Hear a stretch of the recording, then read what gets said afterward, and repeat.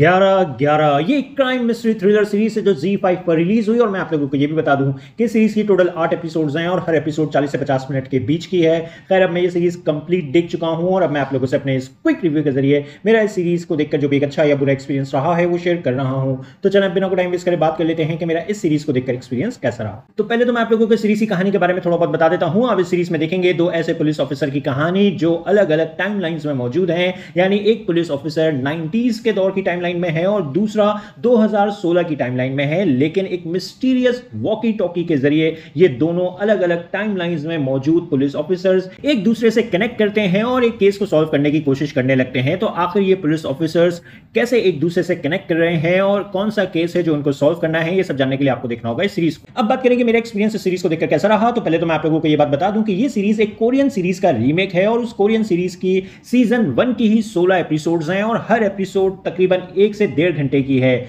और ये जो हिंदी रीमेक है यानी जो हिंदी सीरीज है इसकी आपको सिर्फ 8 एपिसोड्स देखने को मिलेंगी और हर एपिसोड 40 से 45 मिनट की है। इसका मतलब यह है कि काफी कुछ कट कर यहां पर आपको दिखाया जा रहा है इस हिंदी रीमेक में। खैर, वो कोरियन सीरीज तो मैंने नहीं देखी है, इसलिए मैं इन दोनों सीरीज को आपस में कंपेयर नहीं कर सकता। मैं बस आप लोगों से अपना वही एक्सपीरियंस शेयर कर रहा हूं जो मेरा इस हिंदी सीरीज को देखकर रहा है। और मेरी नजर में ये हिंदी सीरीज जो है वो एक ब्रेनलेस एंटरटेनमेंट है। अगर आप लोगों को fast pace crime investigative drama या मैं ये कहूं कि पुलिस प्रोसीजरल ड्रामा देखना पसंद आते हैं तो फिर आप अपने दिमाग का स्विच ऑफ कर टाइम पास के लिए ये शो देखना चाहें तो देख सकते हैं। अगर आपने इस जॉनर को अभी नया नया एक्सप्लोर करना शुरू किया है तो इस सीरीज में आपको दो पुलिस ऑफिसर्स अलग अलग टाइमलाइन से आपस में कनेक्ट कर एक से ज्यादा केसेस सॉल्व करते हुए नजर आएंगे और वो सारे केसेस और जो उनकी इन्वेस्टिगेशन है वो आपको डिसेंटली एंगेज कर रख सकती है और कुछ छोटे छोटे ट्विस्ट भी आपको कहानी में देखने को मिलते रहेंगे। बाकी एक्टर्स की जो परफॉर्मेंसेज हैं सीरीज में, जो सीरीज का म्यूजिक और ओवरऑल प्रोडक्शन वर्क है वो सब कुछ डिसेंट है। अब इस सीरीज के वीक पॉइंट्स की बात करें तो जैसा मैंने आप लोगों को पहले ही बताया कि ये सीरीज एक ब्रेनलेस एंटरटेनमेंट है। इस सीरीज में बहुत कुछ ऐसा है जिसका कोई सेंस और लॉजिक नहीं बन रहा होता है।